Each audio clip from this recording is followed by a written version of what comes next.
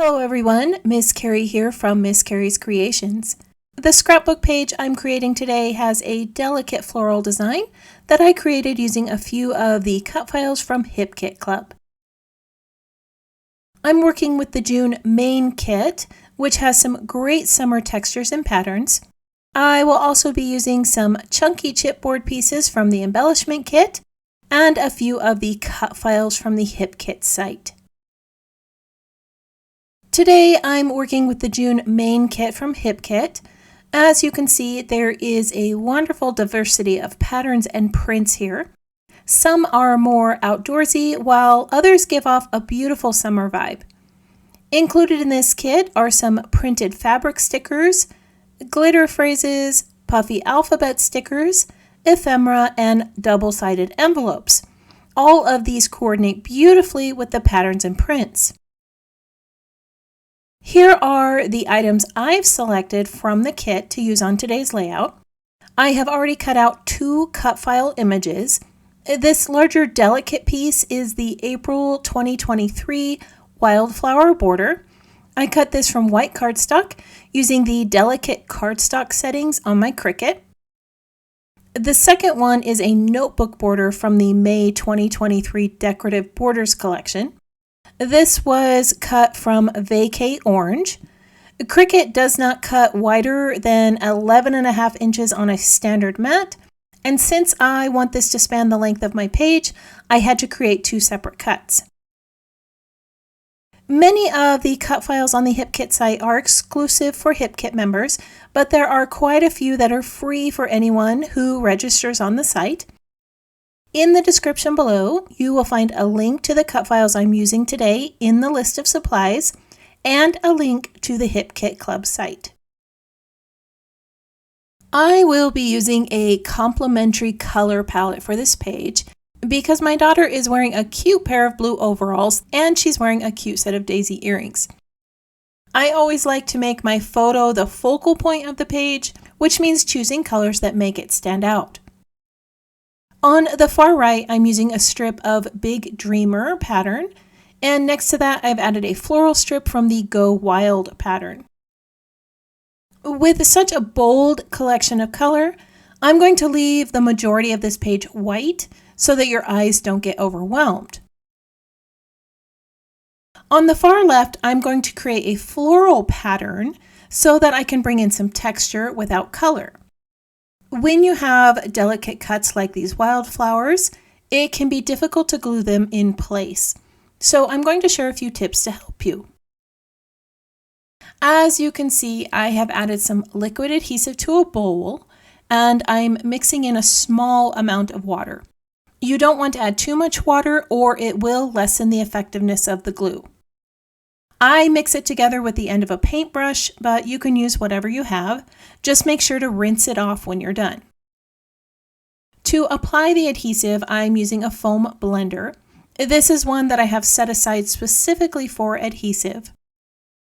Try to keep the cut design in the same place. If you move it around, there's a chance that you might end up getting adhesive on the front of your design, which can get a little bit messy. I like to keep a wet towel nearby to wipe down my glass board to prevent this from happening. If you don't have a glass board to work on, you could also use a silicone mat. Once the adhesive is in place, I can just flip this over and add it to my page. If for any reason I missed a spot on the design, I just use a fine tip on my adhesive and adhere those little parts in place. Now I can bring in that second cut file design. This is a simple little notebook border that I cut into 2 pieces. As I said earlier, Cricut doesn't allow cuts to be longer than 11.5 inches on a standard 12-inch mat, so I cut this in 2, knowing that my photo would hide the gap. Because I'm sticking to this simple color palette of blue and gold orange, I chose to frame my photo with Cave Dive Blue cardstock. This is really going to help it pop off the page. Now I'm going to bring in the sticker book from the embellishment kit to create my title. I really like this sticker that says happiness is a journey, not a destination, but it is a little small to make a dynamic title on my page. So I'm going to layer it onto this banner sticker. Don't discount those smaller stickers as title elements. These small stickers can always be layered onto shapes, florals, or tags. As you can see, once these two are layered together over the photo, it makes a great little title piece. On the opposite side of my photo, I'm going to bring in more of that banner color with a chipboard frame, and then I'll add 2 more frames under that title piece. These chipboard frames add more weight to the base of my page, and they're going to help the photo and the title stand out even more. Since I've already added some florals on the left, I do want to bring in even more, and I'm going to place these behind my title.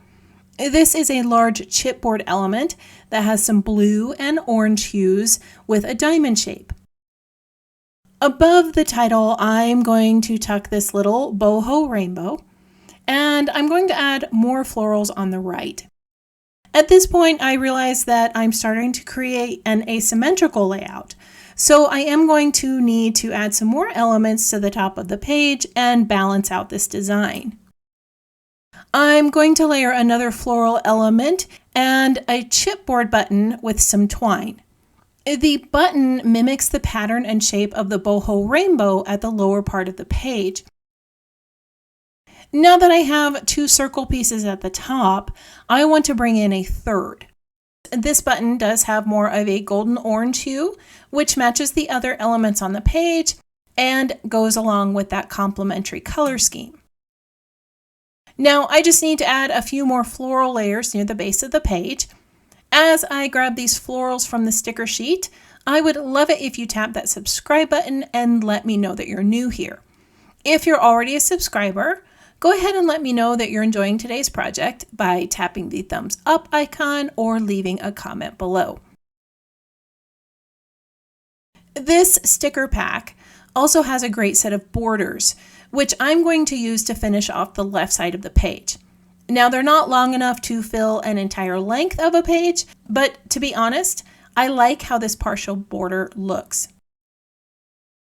I'm going to finish adhering this down, add a little bit of stitching, and I'll share the finished design with you. Off camera, I added some zigzag stitching near that notebook border. This added some nice texture and balanced out the floral border on the left.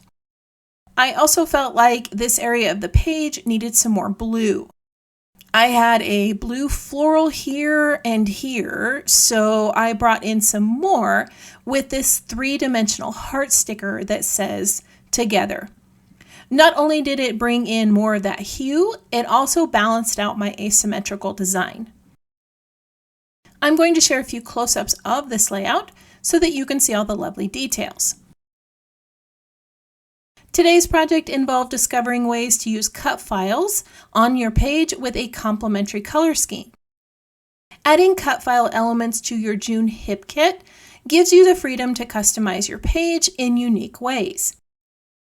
A few of the items I used today are not part of that main kit, but if you're a member of the Hip Kit Club, you save $5 on your monthly kit and 15% on coordinating items. So if you want to grab yourself the embellishment kit or use some of the exclusive cut files on the site, it's worth becoming a member. If you would like to learn more, I have added details in the description below. I want to thank you for joining me for another scrapbook project. If you would like to see more of my creations, you can visit my channel or follow Miss Carrie's Creations online. If you have any questions about this project or the supplies listed below, feel free to leave me a comment. I hope that you have a wonderful week, and I can't wait to see what you create.